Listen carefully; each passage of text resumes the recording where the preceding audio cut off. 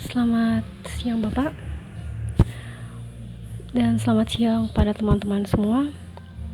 Perkenalkan, nama saya Roswita Septiani Kadur dengan NIM 170300082 dari kelas B semester 7.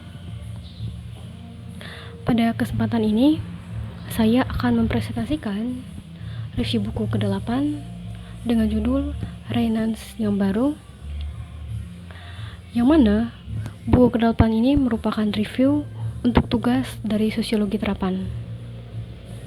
Saya sendiri dari jurusan Sosiologi, Fakultas Ilmu Sosial dan Ilmu Politik. Baik, pada kesempatan yang pertama, saya akan menjelaskan isi buku ini.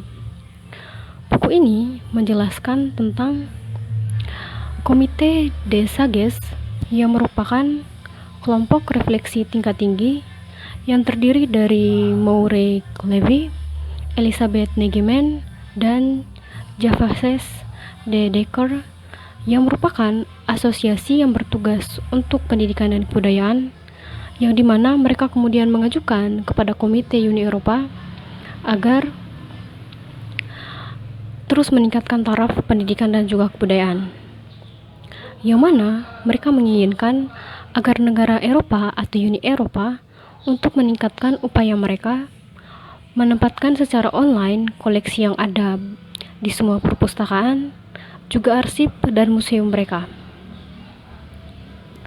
Rekomendasi digitalisasi ini kemudian dimasukkan ke dalam strategi komisi yang lebih luas di bawah agenda digital untuk Eropa, untuk membantu lembaga budaya melakukan transisi menuju era digital yang lebih baru. Tujuan digitalisasi ini adalah, yang pertama, berbagi warisan yang kaya dan beragam. Yang kedua, menghubungkan masa lalu dan masa kini. Yang ketiga, melestarikan warisan budaya ini untuk generasi yang akan datang. Yang keempat, melindungi hak cipta. Yang kelima, memelihara kreativitas. Yang keenam, kontribusi pada dunia pendidikan. Yang ketujuh, memacu inovasi dan kewirausahaan.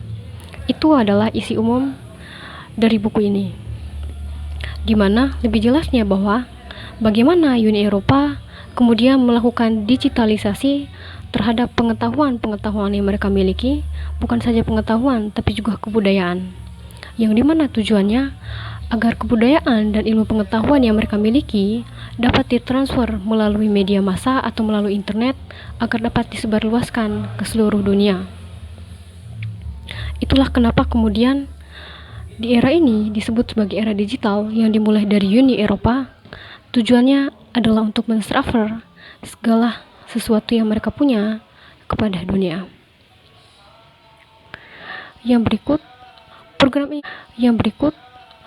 ini pun didukung pula dengan perkembangan perusahaan-perusahaan yang berbasis teknologi dan juga informasi atau yang berbasis digital, seperti di Google, Amazon, Wikipedia, dan juga beberapa perusahaan-perusahaan teknologi lainnya, yang dimana sistem kerja mereka berbasis digital atau lebih banyak memberikan informasi kepada massa luas melalui jaringan internet. Perusahaan-perusahaan ini pun didukung oleh negara sepenuhnya dengan memberikan bantuan atau subsidi kepada mereka. Google sendiri merupakan perusahaan transmisi data nomor 1 di dunia, di mana hampir semua pencarian atau kata kunci lebih banyak dicari melalui Google. Hampir jutaan informasi tergabung di dalam Google sendiri yang kita sebut dengan Google Book. Ada banyak aplikasi yang sudah dilahirkan Google, dimulai dari aplikasi pencarian data itu sendiri, kemudian ada Google Maps untuk kemudian melihat peta, yang kemudian ada Google terjemahan untuk menerjemahkan bahasa, lalu ada Google Play Store untuk kemudian mendownload aplikasi-aplikasi terbaru, lalu ada Google Assistant yang sekarang sudah menjadi aplikasi default di beberapa Android terbaru, yang dimana memungkinkan bahwa perusahaan-perusahaan digital ini dapat berkembang pesat dan negara pun melegitimasi hal itu. Dan beberapa informasi terbaru, Google di beberapa tahun yang lalu pernah dituntut oleh Amerika sendiri dengan tuduhan melakukan monopoli, di mana hampir semua teknologi khususnya teknologi informasi itu dikuasai oleh Google. Yang berikut, selain itu tidak lupa pula bahwa digitalisasi ini adalah bagian dari globalisasi untuk menyebarkan pengetahuan, budaya, serta barang yang diproduksi di Eropa ke negara-negara lainnya.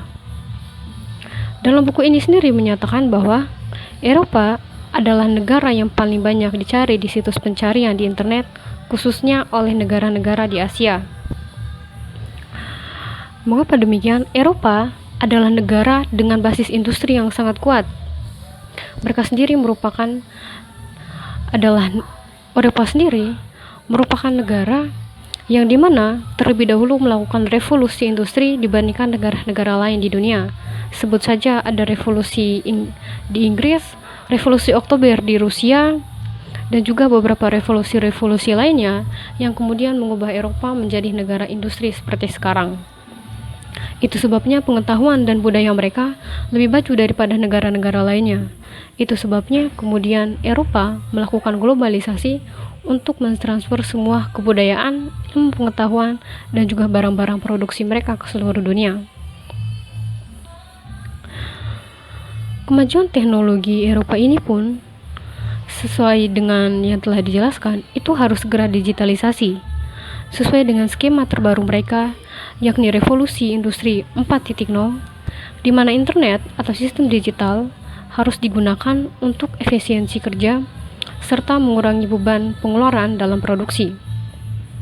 Terkait dengan hal ini, Eropa sudah lama melakukan sistem digitalisasi, dimulai dari revolusi industri 3.0, di mana terjadinya komputerisasi, di mana segala bentuk pekerjaan kemudian ditransmisi dalam bentuk data dan disimpan dalam arsip di dalam komputer.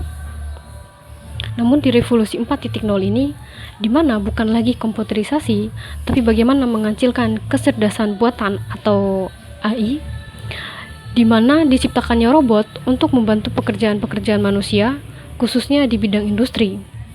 Hal ini pun sesuai dengan makna industri, bagaimana mereka harus mengurangi beban pengeluaran, khususnya beban pengeluaran bahan mentah, kemudian teknologi, dan untuk ini pula mengurangi beban khususnya untuk upah para buruh. Di revolusi 4.0 ini, tenaga manusia tidak banyak digunakan, tapi lebih banyak digunakan adalah tenaga robot atau kecerdasan buatan. Kecerdasan buatan ini pun bisa diakses dari rumah, tidak harus berangkat ke tempat kerja. Inilah yang kemudian menjadi moto utama untuk dilakukannya revolusi 4.0 ini. Di Indonesia sendiri, revolusi 4.0 ini pun direalisasikan di dunia pendidikan dengan melahirkan banyak sekali perguruan tinggi yang berbasis vokasi atau kejuruan, di mana tujuannya adalah mahasiswa-mahasiswa yang dilahirkan di perguruan tinggi akan berorientasi pasar, di mana nantinya mereka akan dibuat bersaing dalam pasar kerja. Untuk itulah kemudian kurikulum yang dihasilkan di dunia pendidikan, bukan saja di perguruan tinggi namun di sekolah-sekolah, harus berbasis pada revolusi 4.0 ini. Terbaru dibuat yang namanya kurikulum ke-13 yang sebenarnya juga berbasis pada revolusi industri, di mana siswa diajarkan untuk lebih paham dan lebih mengenal tentang digitalisasi. Yang terbaru setelah pandemi COVID-19, perguruan tinggi dan juga beberapa sekolah harus melakukan kegiatan belajar mengajar dan perkuliahan melalui internet. Ini adalah bagian dari digitalisasi yang sekarang sedang digencar-gencarkan melalui revolusi 4.0 ini. Sesuai seperti yang telah diinginkan oleh Komite Desages, bagaimana digitalisasi harus beriringan pula dengan bagaimana distribusi barang ke seluruh dunia. Eropa sendiri merupakan sebagai negara industri, tiap tahunnya akan memproduksi barang yang dimana daya beli di negaranya sendiri itu akan terus berkurang. Untuk itu, negara-negara Asia kemudian dijadikan sebagai pasar barang-barang mereka. Begitu pula sebagai tempat untuk menyalurkan budaya dan juga ilmu pengetahuan mereka.